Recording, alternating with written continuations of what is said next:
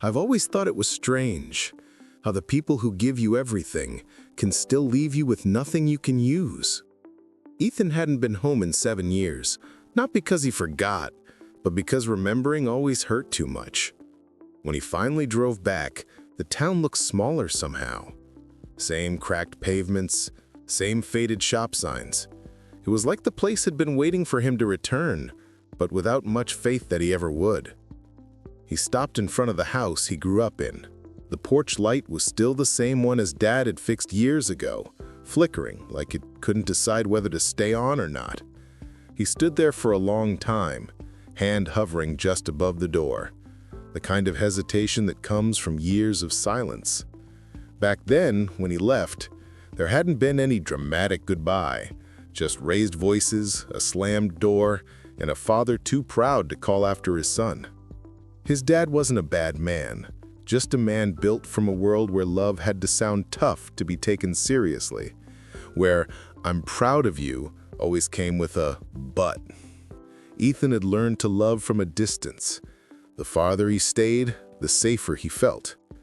When the door finally opened, it wasn't his father standing there. It was his sister, older now, tired eyes, the kind that had seen too many mornings come too early. She didn't look surprised to see him, more like she'd been expecting him all along.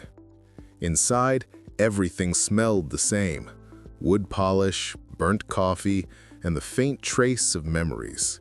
Some homes don't change, not because time stands still, but because no one dares to move on. He saw an old photo on the shelf, him and his dad at the lake, holding up the day's only fish. He hadn't thought about that day in years. His sister noticed. She said, "He still keeps that picture by his bed. Says you caught the only fish that day." He smiled, but it was the kind of smile that hides more than it shows.